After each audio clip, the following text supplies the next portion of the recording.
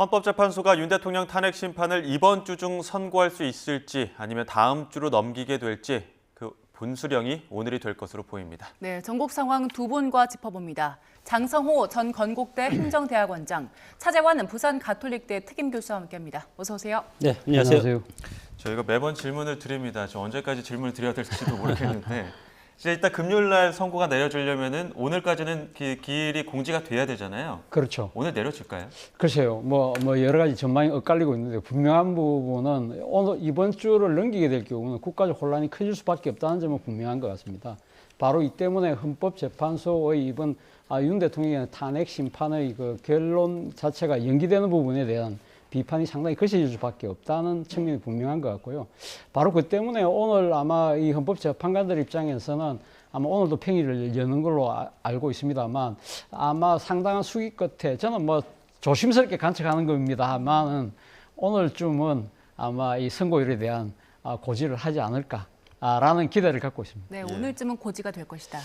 헌재가 정치 재판을 하고 있는 기관 아니겠습니까? 그렇기 때문에 국민의 여론적 지표가 상당히 중요하고 과거 같으면 예를 들어서 탄핵 인용에 대해서 70% 정도의 여론적 지표가 있으면 이미 지난주 14일에 선고를 했을 가능성이 큰데 그것을 못하고 있다는 것은 그만큼 우리 국정이라든가 국가의 혼란을 줄이기 위한 방안에 대해서 헌재가 고뇌를 하고 있다. 그렇게 저는 이제 판단할 수밖에 없고 그런 상황에서 봤을 때 과연 어느 시점에서 선고를 해야 되는 것이 가장 효과적일 것인가 그것을 평일을 통해서 계속 헌재 재판관들 사이의 의견이 엇갈리고 있다고 생각이 듭니다. 그런 상황에서 보면은 저는 이번 주는 상당히 어렵다.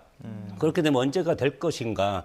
다음 주 26일이 이재명 대표 2심 선고일 아니겠습니까? 그렇기 때문에 이재명 대표 2심 선고일은 26일로 결정이 돼 있고 이재명 대표가 2심 선고가 되면은 그 선고 결과에 따라서 민주당 내에서 상당히 큰 여러 가지 관심이 헌재보다도 이재명 대표의 미래의 어떤 이것에 대해서 관심이 증폭될 가능성이 상당히 크다. 그런 상황에서 26일이 지난 다음에 28일이라든가 4월 초에 선고가 내려질 가능성이 상당히 크다고 저는 전망을 합니다. 네. 장 교수님 말씀하신 대로 26일 기점으로 전후로 선고가 좀 갈리게 된다면 만약에 26일 이후에 선고가 나온다면 어떻게 파장이 이어질까요? 만약에 이재명 대표 2심보다 만약에 늦게 될 경우에는 사실은 뭐 이재명 대표의 2심 결과가 앞으로 어떻게 나올지는 알 수 없습니다만 만약에 피선거권 박탈이 되는 상황이라고 한다면 아무래도 헌법재판소 입장에서는 상당히 부담이 클 수밖에 없는 것이죠. 그런데 지금 아까 장 교수님을 비롯해서 국민의힘 쪽에서는 2심 결과가 아마 피선거권 박탈령이 나올 가능성이 높다고 판단을 하는 것 같아요. 그렇기 때문에 그런 경우에는 아무래도 이 지금 국민의힘 입장에서는 조금 상황 자체가 유리하게 전개될 수 있다고 판단을 하는 것 같고요. 그런데 문제는 그렇습니다. 제가 생각했을 때는 헌법재판관들 입장에서는 특정 정치인의 선거법 지금 이 심판 여부와 관련해서 대통령 선고를 그러니까 정하는 것 자체가 상당히 정치적이고 편파적인 결정일 수 있다는 비판에 휩싸일 수 있잖아요. 그렇기 때문에 제가 앞서도 조심스럽게 이번 주에 나올 거라고 제가 그러니까 기대를 하는 부분이 바로 다음 주로 넘어갈 경우에는 이재명 대표의 2심 결과에 따른 정치적인 뭐랄까 유불리 이런 부분들에 대한 상당한 또 논의와 또 이 지금 그 헌법재판소에서의 정치적 외압이 클 수밖에 없는 부분이기 때문에 제가 생각했을 때는 아마 오늘 평일을 통해서 아마 그 선거 날짜를 아마 공지하지 않을까 하는 생각이 드는데요. 지난 2017년 같은 경우에는 3월 10일 날 선고가 됐는데요.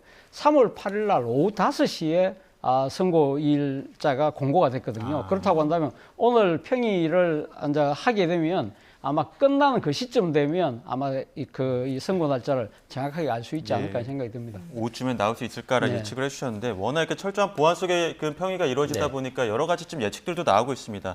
지금 이렇게 재판관들의 고심이 길어지는 이유는 어디에 있다고 보십니까?